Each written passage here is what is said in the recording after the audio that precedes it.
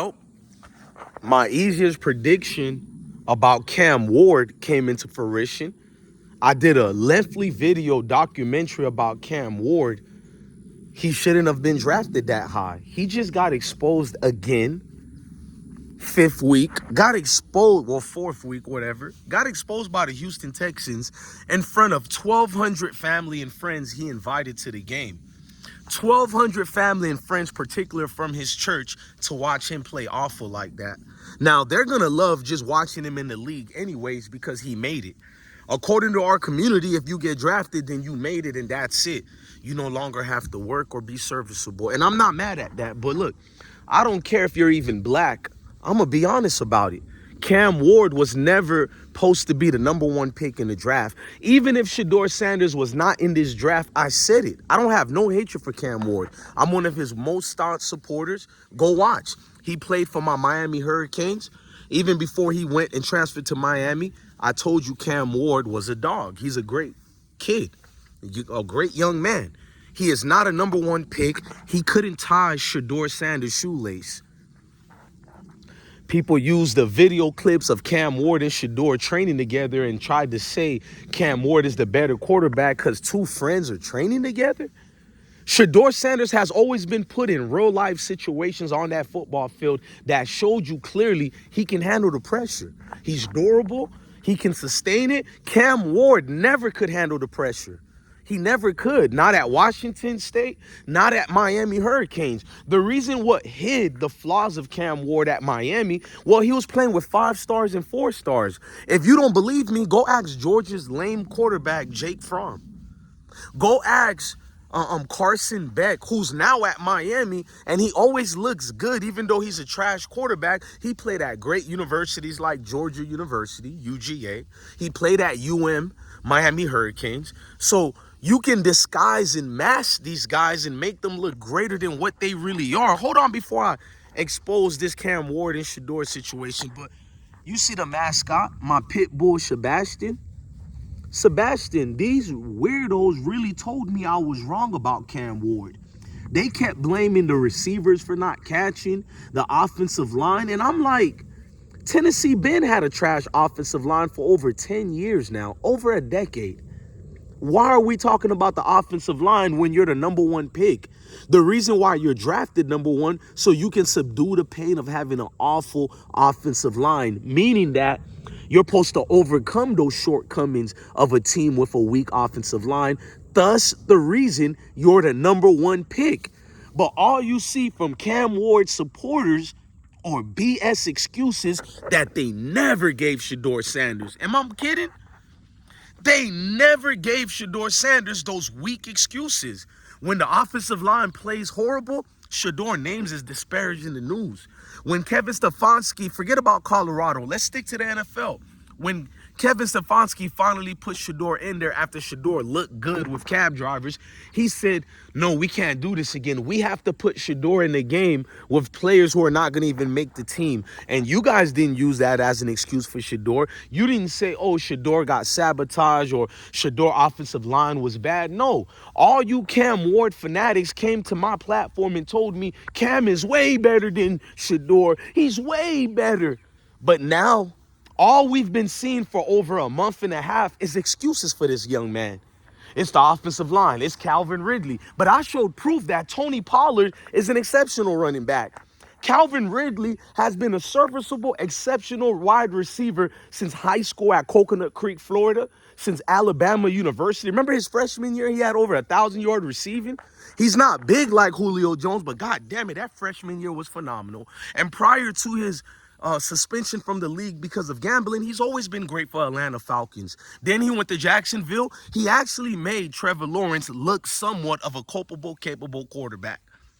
Then when he went to Tennessee before Cam Ward got there, he had over 1,000 yards receiving, that is. So why now Calvin Ridley is an awful player that's at fault?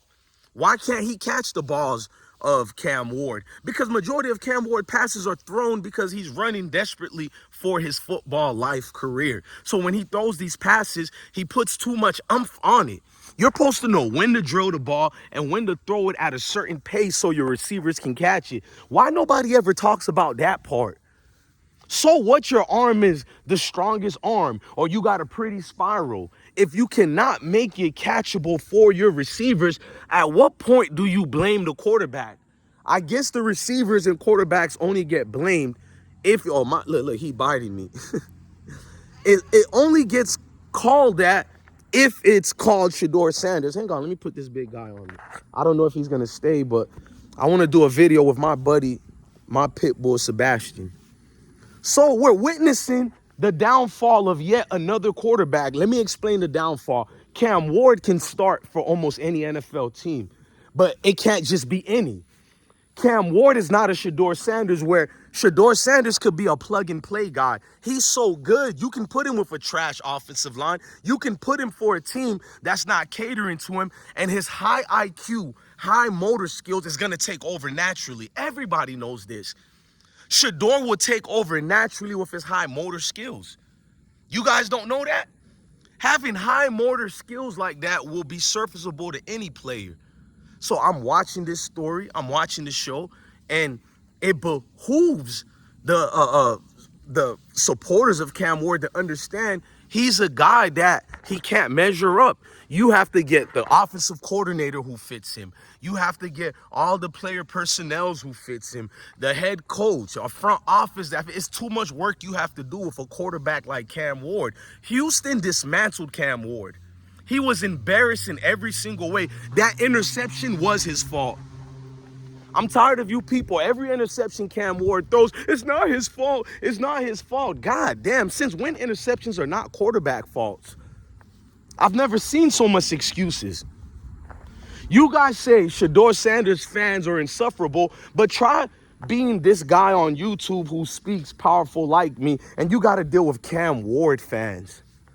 You got to deal with them when you've never hated on Cam Ward. You just told the truth. He's not better than Shedeur. I kept my mouth closed for 3 months prior to the draft when all you Cam Ward fans would use up Cam Ward's name to degrade Shedeur Sanders. Oh, you guys forgot about that? You guys would come in there and let me know and try to remind me that Shedeur can never be like Cam Ward. He's so great. He's just supposed to be Jordan Day. Day number one, game number one, day number one, and he's not that. What would make you guys think that it's not going to take at least minimum 4 years before he becomes comfortable? He plays for Tennessee Titans. So if you're the lowly Tennessee Titans, it would behoove you to draft a serviceable quarterback who can adapt, adjust, and get acclimated to the BS offensive line that he has to deal with. At some point, ladies and gentlemen, every single football team can't have a great offensive line. It doesn't work in football like basketball. If you have 100 teams in the NFL or college football, at least 70 of those teams are going to have a trash offensive line. Welcome to football, ladies and gentlemen.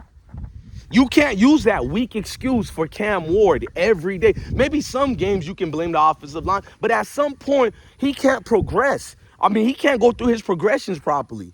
I'm not calling him dumb. I think our quarterbacks are some of the highest IQs you'll ever find, because if you're from the hood, you need a high IQ to survive. So yes, I'm not ever going to call Cam Ward dumb, but clearly and surely he can't go through his progressions.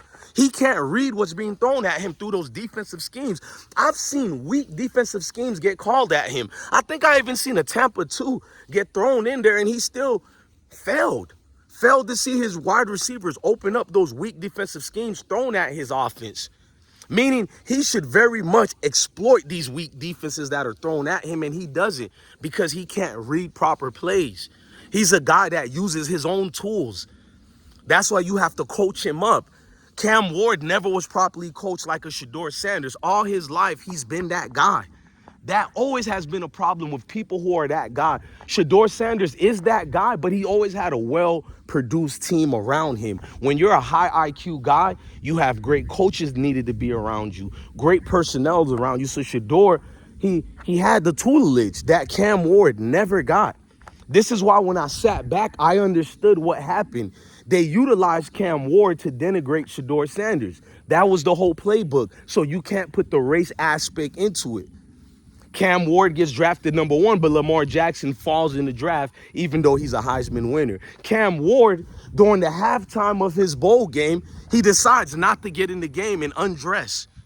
The media didn't even criticize him. Can you imagine if Shedeur Sanders did that last year against BYU? Look, man, we're losing bad. I don't want to hurt my draft stock. Let me just get out the game. No, Shedeur fought through it. Shedeur has always fought through those type of plights and pain.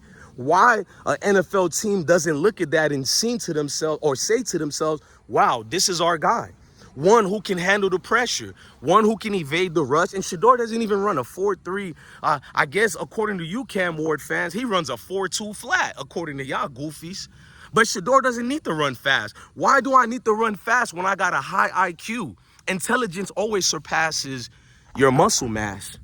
Intelligence always surpasses the tight, pretty spiral. So you're going to tell me Cam Ward has a beautiful spiral and a stronger arm than Shedeur? Then you go ask Anthony Richardson, how is that working for him? Daniel Jones has beat out Anthony Richardson. And not only beat out Anthony Richardson, he actually made the Indianapolis Colts look like Jim Irsay team of the great Edgerrin James, not Coles, but my guy, Reggie Wayne. What's my other guy? Damn, bro, I'm everywhere, man. The father of Marvin Harrison. Of course, Peyton Manning. The best Manning of all the Mannings was Peyton Manning. We're not gonna even know because Arch Manning is just. I'm going to leave that young man alone. It's too easy. I've been flaming Arch Manning before he threw his first football, and everybody said I was crazy. You go to YouTube right now and put Arch Manning, I Smoke Hip Hop Live. Go watch the videos of him in his senior year in high school of me criticizing him. Go read the comments. I don't know football. Now, what is everybody saying 4 years later? Oh, he suck. He's trash. See, I'm not like you people. I don't wait till everybody de-rides the system and they join the bandwagon. I say it before any of y'all because I know football. And a lot of you know football, but you choose to be ignorant and ignore the signs because you want to be the part of the fan club. So you dismiss your football knowledge to be one of these goofy clowns who don't know about football. And it's embarrassing. It's not really embarrassing for people who don't know football. They're going to say the darnest dumb things. But you actual football people with football knowledge, you're embarrassing. You ignored the signs of what Cam Ward was. At this point, I think it's safe to say he's barely a first rounder. I got a video about Jackson Dart. A lot of Jackson Dart fans came to my face saying you owe him an apology. And I'm like, I'm watching the game.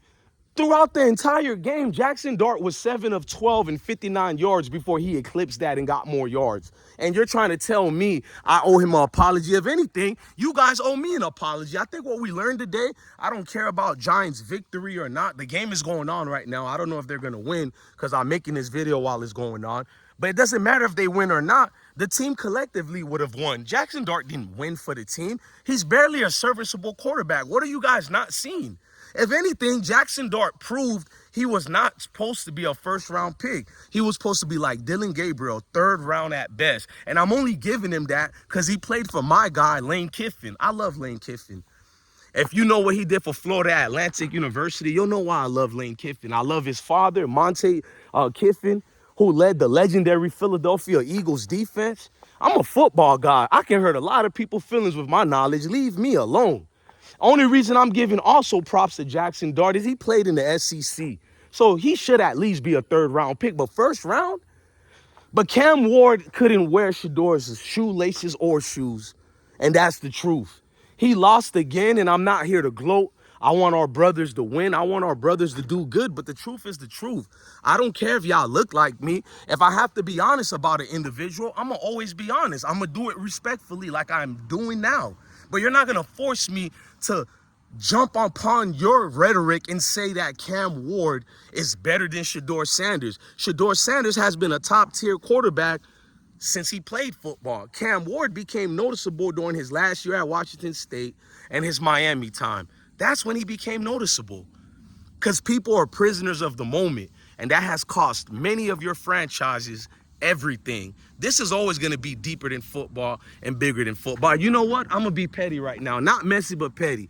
Listen, guys, what I told you about Cam Ward and Shedeur Sanders, I told you so.